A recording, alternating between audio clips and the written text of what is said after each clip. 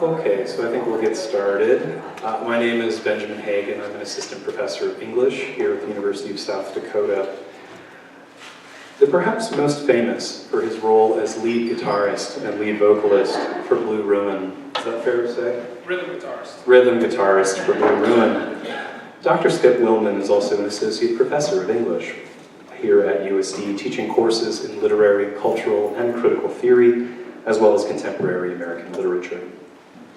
Graduate students in the room will also know him as the coordinator of the English graduate program, overseeing our MA and PhD programs in literature and creative writing.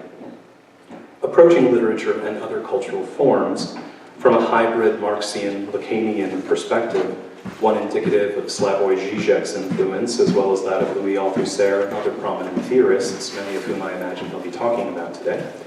Willman has published widely on Don DeLillo, Stanley Elkin, Ian Fleming, Thomas Pynchon, and conspiracy theory in a range of academic journals, including Critique, Studies in Contemporary Fiction, Modern Fiction Studies, Contemporary Literature, and Arizona Quarterly, among others, of course.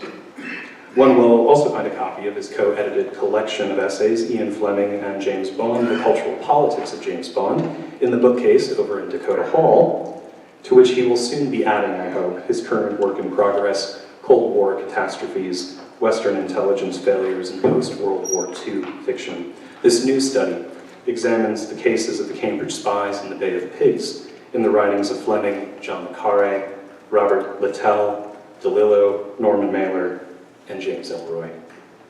His lecture this afternoon is titled Marxist Approaches to Literature, or What We Talk About When We Talk About Ideology. So please join me in welcoming Dr. Skip Willman.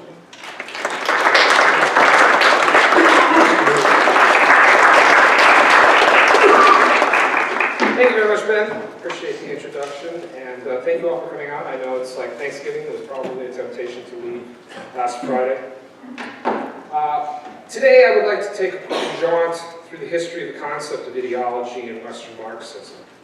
This trip will be highly selective and idiosyncratic, perhaps, but one that I hope will provide you with a better understanding of a potentially valuable theoretical tool for the analysis of literature and culture.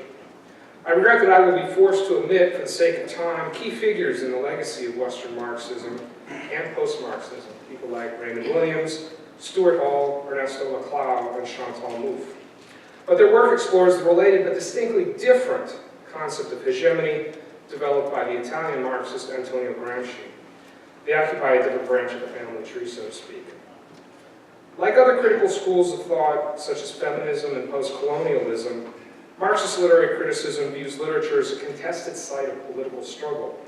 Some texts perpetuate, legitimate, or naturalize sexism, racism, or capitalist oppression. Other texts seek to expose and combat these pernicious forms of domination. In these theories, literature is never innocent. Ideology, whether it's patriarchal, colonial, or capitalist, may be consciously advanced or unconsciously promulgated. One of the tasks, then, of the Marxist literary critic is ideology critique, to examine the relationship between history, conceived in Marxist terms of class struggle and modes of production, and culture. Later, I will offer several examples of this type of critique drawn from popular culture that I hope will be illuminating. I should add that I have taken many of my cues for this overview of ideology from Terry Eagleton in his study Ideology and Introduction. Eagleton skillfully navigates the arguments over ideology within Western Marxism with erudition and humor. He tends to undermine every provisional definition of ideology that he proposes, but he also demonstrates that Marxist literary criticism is not, by necessity, rigid and dogmatic. Eagleton frequently writes books for the layperson, and I highly recommend his work. However, he does relentlessly bash postmodernism in curmudgeonly style. So other than that, I think his work is highly readable and right on target. So, without any further ado, the concept of ideology does not actually begin with Marx and Engels, but a French Enlightenment thinker named Antoine de Tracy. Eagleton notes, ideology originally meant the scientific study of human ideas, but fairly soon the object took over from the approach, and the word rapidly came to mean systems of ideas themselves. Marx's first foray into defining ideology comes in the years 1845 to 46 with the writing of the German Ideology. And this is a quote that many of you will probably recognize. If in all ideology men and their circumstances appear upside down as in a camera obscura, this phenomenon arises just as much from their historical life process as the inversion of objects on the retina does from their physical life process. This initial definition has led to the typical interpretation of ideology as false consciousness. They do not know it, but they are doing it. However, Eagleton points out that Marx's definition is far more ambiguous or ambivalent than it initially appears. For John Locke, for instance, the camera obscura was a prototype of exact scientific reflection. So it is thus ironic that Marx should use this same device as the very model of illusion. Eagleton spends the rest of the chapter on Marx's concept of ideology as false consciousness, exploring the various possible meanings of false. Does the false mean the content of the ideology is untrue? Or does the falseness of ideology lie in the obfuscation of class interests? We might feel that the death tax is inherently unfair, as our Republican Congress tells us, but its application is far from universal. The Republican call to repeal the estate tax distorts the true beneficiaries of the policy. Who has $11 million to pass on to their children? Show of hands. Okay, Avery does evidently. We might very well ask the question then, why are our ideas or consciousness false? For materialists like Marx, consciousness is derived from our social existence, so why don't we know? Shouldn't we know our situation? For Marx, the answer lies in commodity fetishism. And this is another famous quote. Actually, it's not a famous, yeah, it is. A commodity, therefore, is a mysterious thing, simply because in it the social character of men's labor appears to them as an objective character stamped upon the product of that labor. Because the relation of the producers to the sum total of their own labor is presented to them as a social relation, existing not between themselves, but between the products of their labor. It is a definite social relation between men that assumes, in their eyes, the fantastic form of a relation between things. In order to find an analogy, we must have recourse to the mist-enveloped regions of the religious world. In that world, the productions of the human brain appear as independent beings endowed with life, and entering into relations both with one another and with the human race. So it is in the world of commodities, with the products of men's hands. Eagleton provides a useful gloss on the effects of commodity fetishism, noting that the real workings of society are thereby veiled and occluded. Gaylord Lukács, the Frankfurt School, and Frederick Jameson will later develop commodity fetishism into the concept of reification, the notion that society is fragmented by this commodity logic so that it is no longer easy to grasp it as a totality. How can I understand the nature of my oppression or exploitation if I cannot accurately comprehend the workings of our complex capitalist system? For Lukács, the key to overcoming the deleterious effects of reification was the building of class consciousness. The proletariat occupied a key position as the identical subject-object of history that provided them with the necessary epistemological foundation to grasp their position within the social totality. But this revolutionary project required piercing the veil of ideology through cognitive and political efforts. And this is Eagleton on the effects of reification. Overwhelmed by an opaque world of autonomous objects and institutions, the human subject is rapidly reduced to an inner, contemplative being, incapable of recognizing any longer in these petrified products its own creative practice. The moment of revolutionary recognition arrives when the working class acknowledges this alienated world as its own confiscated creation, reclaiming it through political praxis. In the terms of the Hegelian philosophy, which underlines Lukács's thought, this would signal the reunification of subject and object, torn grievously asunder by the effects of reification. In knowing itself for what it is, the proletariat becomes both subject and object of history. Indeed, Lukács occasionally seems to imply that this act of self-consciousness is a revolutionary practice all in itself. Lukács believed that the realism of the 19th century represented a literary model of what culture could do to illuminate the economic forces and social relations driving history and contribute to constructing class consciousness. Literature could be more than mere false consciousness, pervading the ruling ideas of the ruling class. Lukács, too many classes there. Lukács was thereby exasperated by the experimentalism of modernism, a formalism and departure from the tenets of realism that he saw as a form of decadence. We should note that his negative evaluation of modernism is complicated by his tenuous position within the Soviet bloc, which advanced socialist realism as official communist aesthetic doctrine at the time. So many Marxist critics kind of have to read between the lines to kind of think what his real accurate position actually is. In this view, ideology springs from a situation in which social life has become too complex to be grasped as a whole by everyday consciousness. And ideology then adapts individuals to their social functions by providing them with an imaginary model of the whole, suitably schematized and fictionalized for their purposes. This formulation of ideology we owe to perhaps the most controversial figure within the history of Western Marxism, Louis Althusser. His work is not only controversial, he of course strangled his wife in 1980. There was a complicated and infamous kind of trial. He was under house arrest for many years, had mental health issues that emerged also as a result of that trial, fraught with issues. His essay, Ideology and Ideological State Apparatuses, is widely anthologized and frequently taught in our Introduction to Literary Criticism courses. This particular essay examines how social systems reproduce themselves. Every mode of production, whether it's feudalism, capitalism, or communism, needs to reproduce both the forces of production and the relations of production. Societies need workers, but disciplined workers who show up on time and obey their superiors' orders, much like we faithfully show up to teach our classes and obey Darlene Farabee's orders. We do this. In order to do so, societies can mobilize violence or the threat of violence to ensure that their subjects obey authority and perform their vital social tasks. Darlene does not mobilize violence in getting us to show up.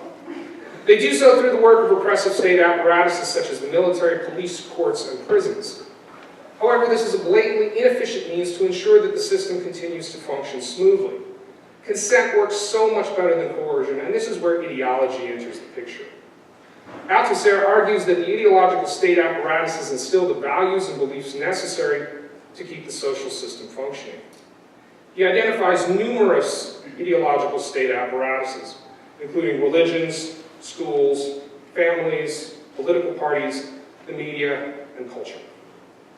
Religions were a particular target for Marx, who called them the opiate of the masses for preaching an acceptance of the oppression of this world for the eternal rewards of life in heaven.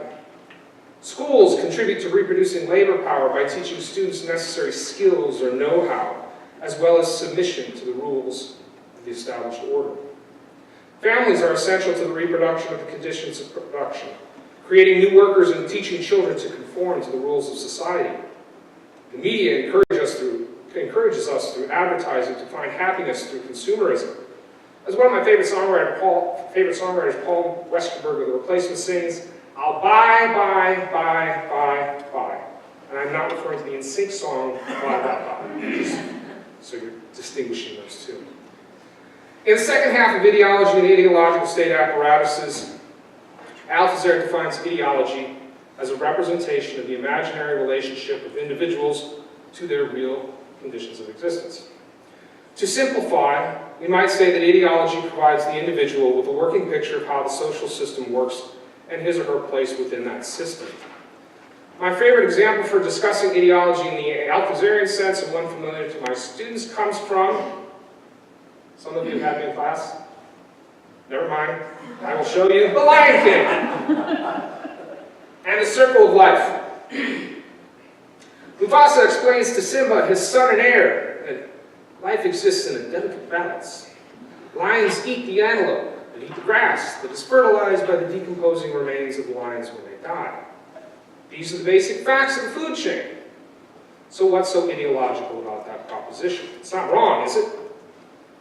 The Circle of Life offers a convenient explanation for the disparity between species and preaches acceptance of the situation as natural, an ideological or mythological strategy Roland Barthes calls naturalization, the passing off of historical products as the natural order.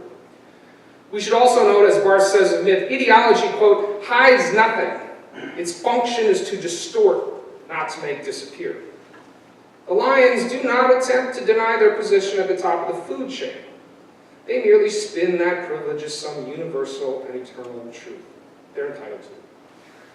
Much like Donald Trump claims to be a self-made man, a champion of the American spirit of rugged individualism, a real estate tycoon who got his start with the paltry $1 million loan from his father. Of course, The Lion King is a typical Disney narrative that anthropomorphizes these animals by literalizing the metaphor of the lion as king of the jungle. This isn't really about lions, hyenas, parrots, meerkats, and warthogs. The film depicts a distinctly human society filled with kings and successions and conspiracies aspiring to a shining new era, tiptoeing nearer. That's my Jeremy Irons impression if you didn't catch that. The Lion King and Disney films in general, then, are the ideological training manuals for American kids. Althusser also claims that ideology has a material existence in rituals. For example, the Lion King has its ceremonies. The arrival of Simba is announced with great joy amongst the animals assembled to celebrate the birth of the king's heir, their natural superior. Closer to home, if you believe in Christianity, you go to church, pray, sing hymns, take communion, stand, sit, kneel. Most of you know the drill, I'm assuming. According to Slavoj Žižek, we must rid ourselves of the illusion that ideology is about what we think, what we carry around in our heads. Ideology resides in our actions, what we do. It doesn't matter if I'm thinking the most sinful thoughts while I sit in the pew in church. Objectively, I am demonstrating my ideological belief by my butt being in that pew.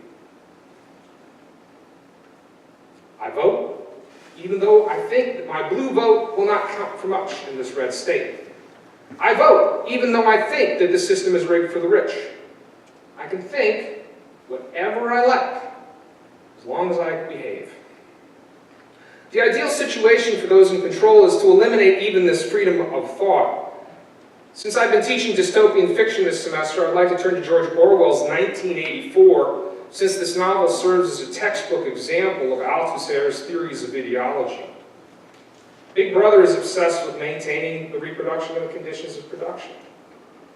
We have ideological state apparatuses in the form of the Ministry of Truth, which lies to the public by altering the historical record found in newspapers.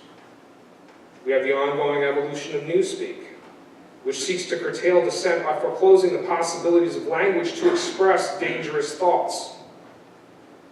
Repressive state apparatuses are well represented by the Ministry of Love, which, as Winston Smith knows all too well, uses violence or its threat, such as the rat torture of Room 101, which we see depicted here with Richard Burton on the left and poor John Hurt on the right. All of these violence or threat of violence is employed to keep its citizens in line. Ideology also has its rituals and its material existence in the 2 minutes hate, the ritual exercise of fury at the figure of Goldstein, the enemy of Big Brother and Oceania. Totalitarian governments deploy ideology with an iron fist, but ideology works somewhat more subtly in the West. In the inaugural issue of Social Text in 1979, Frederick Jameson, and yes, I had to talk about Frederick Jameson, so Zizek's coming too, so just hold on. Jameson contributed an important essay to transform the Marxist study of popular culture and introduced the theoretical framework for his groundbreaking work, The Political Unconscious Narrative as a Socially Symbolic Act. Jameson's essay, Reification in Utopian Mass Culture, begins with an assessment of the then current models for understanding popular culture.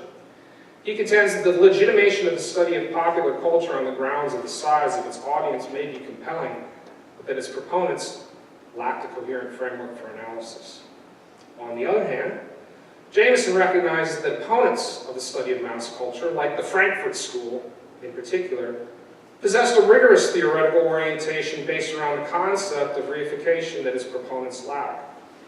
However, Jameson, like many other critics, bristles at the Frankfurt School charge that mass culture is nothing but sheer ideological manipulation. On some level, Horkheimer and Adorno dodge the question of how mass culture actually manipulates the public. In true dialectical fashion, Jameson attempts to synthesize these two positions, to offer a method of understanding popular culture that is theoretically sound and transcends the limitations of both positions. Thus, Jameson does not deny the fundamental claim of Max Horkheimer and Theodore Adorno in the culture industry chapter of Dialectic of Enlightenment, that the culture industry is affecting everything with sameness. This is even truer today in our Marvel universe of superhero films and retrograde sequels of mind-numbing lameness, such as the Fast and Furious and Transformers franchise. I don't understand them. I don't get it. Seriously, Transformers was originally a Hasbro toy. It became a Saturday morning cartoon series to sell those toys, and then a Michael Bay, and of course Michael Bay, the auteur, the artist, film. Adorno must be rolling over in his grave, especially given Megan Fox's inflammatory remark comparing Bay to Hitler, which also resulted in her getting fired from, I think, Transformers 2 or 3. Anyway, into mini rant number 157. Although Jameson himself is an admirer of Adorno, he identifies a problem in the Frankfurt School's position. Its, quote, valorization of traditional modernists hired as the locus of some genuinely critical and subversive autonomous aesthetic production cannot serve as a fixed point or eternal standard against which to measure the degraded status of mass culture. Modernism, in short, must be historicized within its cultural moment. Jameson contends that modernism should be viewed as a reaction to the commodity form, as an attempt to, quote, devise an aesthetic language incapable of offering commodity satisfaction and resistant to instrumentalization. Modernism's notorious difficulty of access emerges as a symptom of the repetition of monopoly capitalism. Think of Gertrude Stein's The Making of Americans here as the principal exhibit, in which repetition serves as a homeopathic remedy to Fordism, Taylorization, industrialization. However, monopoly capitalism modulates into later multinational capitalism, and the cultural dominant accompanying that new stage of capitalism changes as well into postmodernism. Modernism's moment is kind of done by the 1960s, according to Jameson and many others. For the study of mass culture, Jameson proposes a theoretical model that is part Freud and part Marx. He contends that mass culture manages social and political anxieties through the psychic mechanisms of wish fulfillment and repression.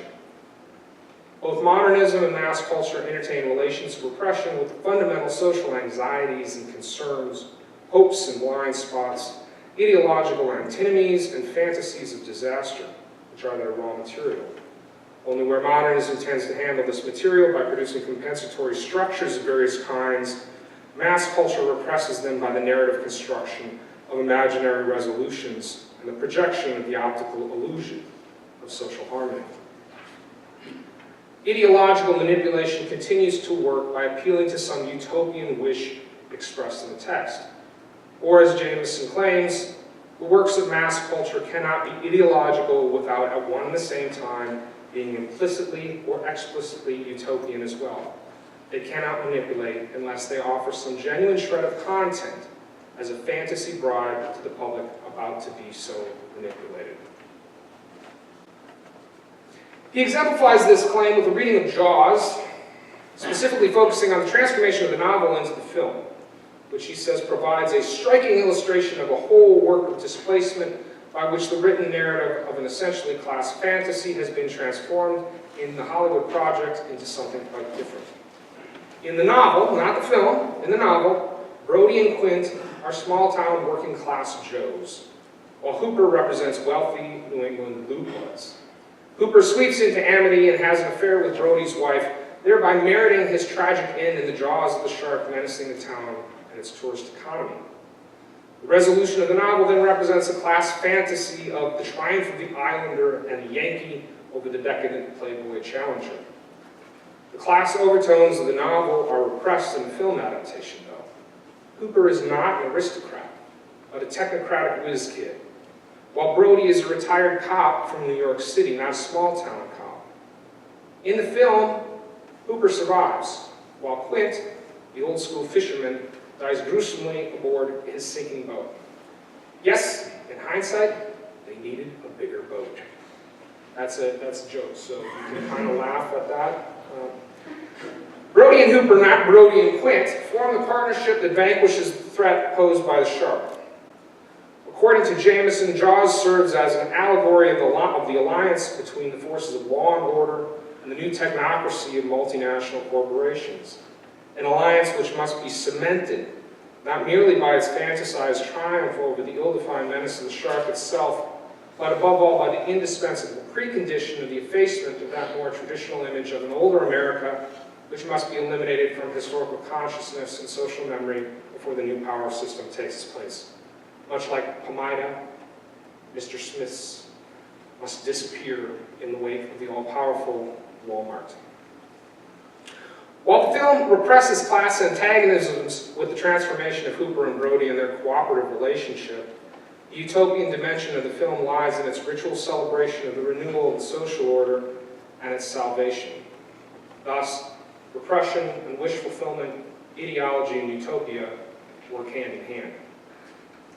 The utopian has been an abiding concern for Jameson and culminates in Archaeologies of the Future, a study of utopian literature as a sub-branch of science fiction. He provocatively claims, today it seems easier to imagine the end of the world than the end of capitalism. For a curious confirmation of this thesis and the efficacy of this methodology sketched out in Reification, Utopia, and Mass Culture, I would like to turn to Pleasantville, a movie starring Tobey Maguire as a disaffected youth of the 1990s. Maguire's character longs for a happy family life that eludes him. His mean girl sister, played by Reese Witherspoon, torments him. His single mom basically abandons him. She's more concerned with finding love at midlife than offering a stable home for her children. The father is notably absent. A darkly humorous montage from his school classes compiles the social ills, the anxieties facing the world of the 90s. Global warming, AIDS, unemployment, etc.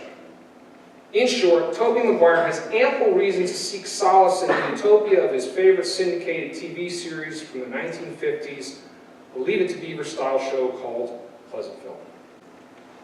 The show depicts a world containing everything he lacks: a stable family with a strong father and a supportive mother, living in a harmonious community. While fighting over the remote control for the television, Maguire and Witherspoon are magically transported into the black and white television world of Pleasantville, thanks to Don Knotts. Intertextual little nod there. Maguire ecstatically embraces this fantasy come to life. He can't believe his luck, while his sister bemoans her fate. She refuses to play her part of the docile schoolgirl, and her fish-out-of-water escapades cause havoc, beginning with her seduction of the high school dreamboat, played by Paul Walker. The sexual awakening spreads across the school, resulting in troubling but glorious outbreaks of color in this black and white world, as well as fears of some sort of social disease. More importantly, the film reveals its liberal politics as the siblings discover the dark underside of the 1950s in sexism and racism. This utopia is more of a dystopia in sheep's clothing. Their TV mom is unfulfilled by her domestic life. Maguire's boss at the soda shop is stuck in a rut. However, the siblings help their mother and boss find sexual and artistic fulfillment. The gifts from the post-1960s sexual and cultural revolutions that magically transform their black and white world into color. A heavy-handed but nevertheless charming bit of cinematic magic borrowed from The Wizard of Oz. The film is curiously Freudian in this regard. Sexual repression lies at the root of what ails the 1950s, and sexual liberation is the answer. What Pleasantville ultimately presents, then, is a stunning reversal that reveals that the true utopia is today. We have made great strides against sexism and racism. We have emancipated our minds and bodies. We can read what we want and sleep with whomever. This is the utopian wish expressed in the film, a variety of what Jameson calls nostalgia for the present. The 1950s, that privileged period of nostalgic longing, turns out to be a dystopian era of repression across the social field. Thus, at the end of the film, the formerly nostalgic Maguire chooses to return to the 90s. What then is the ideological spin of Pleasantville? What is ultimately repressed? The film addresses several important social antagonisms, primarily concerning gender and race, but does not address class in any meaningful or direct way.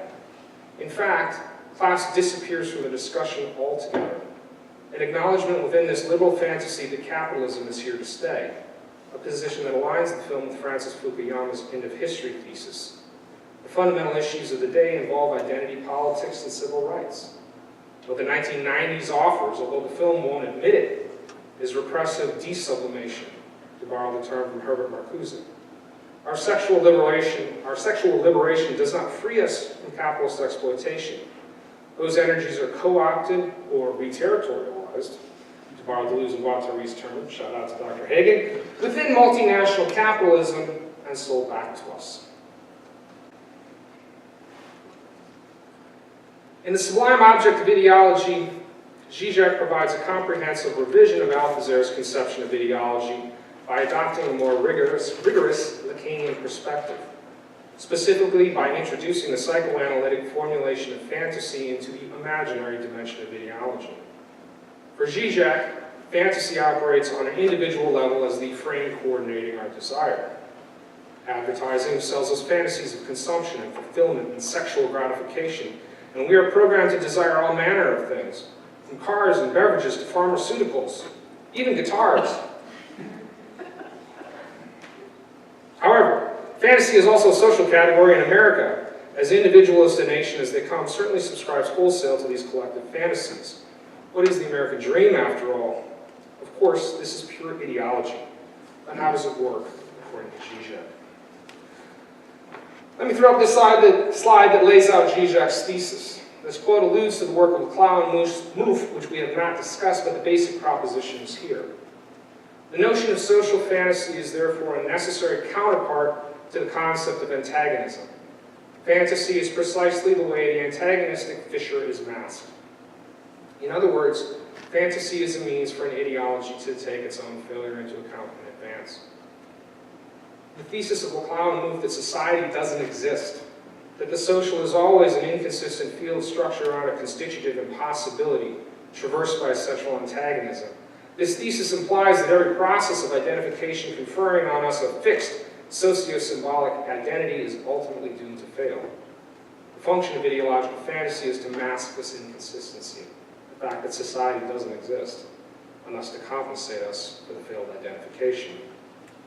You will remember that Althusser's thesis that ideology represents the imaginary relationship of individuals to their real conditions of existence already contains an allusion to the Lacanian registers of the imaginary and the real, leaving out only the symbolic. Zizek merely corrects Althusser's misreading of Lacan. In his reworking that society is fissured by numerous social antagonisms, including those based on class, race, gender, and sexuality. This is what Zizek means when he discusses the lack in the big other, or that society does not exist. Society does not exist as a harmonious whole. That social harmony is an ideological illusion. Therefore, fantasy intervenes in a way to construct a vision of society which does exist, which is not split by an antagonistic division, a society in which the relation between its parts is organic, complementary.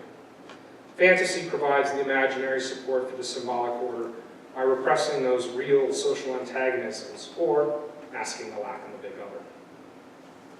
Several years later, Zizek argues that there are two types of fantasy that construct a coherent, harmonious vision of society: symbolic fictions and spectral apparitions. He returns to Nazi ideology to exemplify this idea of the two fantasies supporting social reality. The fantasy of the superior Aryan race in an authentic German Volksgemeinschaft represents the symbolic fiction underlying Nazi ideology. As you can no doubt guess, fantasy of the Jews as the element introducing corruption and exploitation into the otherwise harmonious German nation serves as the spectral apparition. It's amazing what you can find on Google. Nazi propaganda stuff. Unfortunately, a little more relevant these days. Zizek writes, "Society is not prevented from achieving its full identity because of the Jews. It is prevented by its own antagonistic nature, by its own imminent blockage, and it projects this internal negativity onto the figure of the Jew. Both elements are necessary to prop up Nazi ideology. This formulation of the positive element of Nazi ideology, its symbolic fiction, doesn't make Nazi ideology any less reprehensible, but it does help us to understand its appeal to millions of Germans. In a fascinating segment of the film, Reality of the Virtual, Slavoj Žižek offers an insightful analysis of the ideological contours of The Sound of Music. He argues that the narrative reality of the film, the story of Austrian resistance to the Nazi occupation of 1938, centered on the von Trapp family, is countered by its virtual texture. So we have narrative reality versus virtual texture. The small details of the representation of the Austrians and the Nazis. His argument is reminiscent of the distinction noted by theorists of deconstruction concerning the difference between what the text says and what it does. Žižek notes that the Austrians are depicted as small, beautiful, provincial fascists. And Captain von Trapp's rigid patriarchal discipline governing his family signals a certain correspondence with fascist values. Meanwhile, Žižek contends that the Nazis in the film are virtually a caricature of cosmopolitan, decadent, corrupted Jews. Thus, the virtual texture of the film depicts honest fascists resisting a decadent Jewish takeover. Of course, the film officially endorses anti-fascism and democracy, hence its popularity in the West, but simultaneously appeals to our secret fascist dreams. He attributes the appeal of the film to precisely this manner of having it both ways. Hollywood continues to employ this dual ideological strategy in an effort to, as Robert Ray contends in A Certain Tendency of the Hollywood Cinema, to deny the necessity for making hard political choices or taking a side. My primary exhibit will be The Hunger Games. This wildly popular dystopian tale succeeds, in my estimation, by constructing an ambivalent capital that can be viewed from either side of the political aisle as the enemy. For leftists like myself, The Hunger Games is a textbook tale of capitalist oppression, straight out of the Communist Manifesto. The 13 districts represent the proletariat, with each district constituted by the division of labor. So the protagonist, Katniss Everdeen here, played by Jennifer Lawrence, comes from District 12, which is coal mining country in Appalachia, which Carter, I think, knows a little bit about. The film foregrounds the poverty of the districts. In the opening sequence as Katniss and Gale, played by Liam Hemsworth, her friend, leave their ramshackle cabins and go hunting in forbidden territory to supplement their measly rations. The government of Pan Am dispels any revolutionary energies and alliances in the districts through a divide and conquer strategy embodied in the Hunger Games, a competition that pits tributes from each district against each other and a gladiatorial spectacle to the death as penance for a previous attempted revolution 74 years ago. While the districts struggle under the yoke of oppression, the capital is represented as the height of capitalistic excess. A Trumpian universe complete with gold decor and high fashion, punctuated by lavish feasts and bottomless drinks. It's not all bad there. The Hunger Games series culminates in a working-class revolution of the United Districts inspired by the reluctant hero, Katniss the Mockingjay. She overthrows the Capitol and the evil President Snow. Workers of the world, unite! You have nothing to lose but your chains. That's one version of it. However, the Hunger Games also presents a picture of the Capitol that appeals to the peculiar brand of populism or Tea Party anti-Washington rhetoric exploited by Donald Trump. From this perspective, the districts are filled with simple, honest, hard-working folk, hunters, gun owners, battling a decadent, elitist, out-of-touch capital. This is a wasteful capital that parasitically lives off the labor of the decent working-class people of the districts. Katniss and her crew fight their way to the capital to drain the swamp. We should not discount the not-so-subtle connotations of homosexuality that pervade the capital as well, particularly in its stereotyped fashion designers, hairdressers, and television personalities. This virtual texture of the Hunger Games evokes homophobia and hatred for liberal Hollywood. This dual strategy only works, however, with a properly depoliticized Katniss. Her motivations are always personal and never political. She only becomes involved when her sister is chosen to represent District 12 in the reaping. She volunteers for the Hunger Games to save her sister. She reluctantly plays along with the spectacle and seems a mere pawn in a much larger game. And she only develops a real opposition to the capital when she sees the absolute destruction of District 12 following the outbreak of open hostilities at the conclusion of Catching Fire, the second film and the second novel in the series. The ideological universe of the Hunger Games ultimately involves ethics rather than politics. We are dealing with good and evil, not systemic oppression. Importantly then, in order to fully quash any truly political message, Katniss kills the new leader of Pan Am following the revolution, President Alan Coyne, played by Julianne Moore, when she suggests resurrecting the Hunger Games for its capital citizens. In this conclusion, the revolutionaries are just as bad as the oppressors they overthrew. In the depressing aftermath, Katniss retreats to District 12, a pox on both your houses. Now to conclude, when Zizek published The Sublime Object of Ideology in 1989, he was determined to persuade readers that we do not live in a post-ideological age.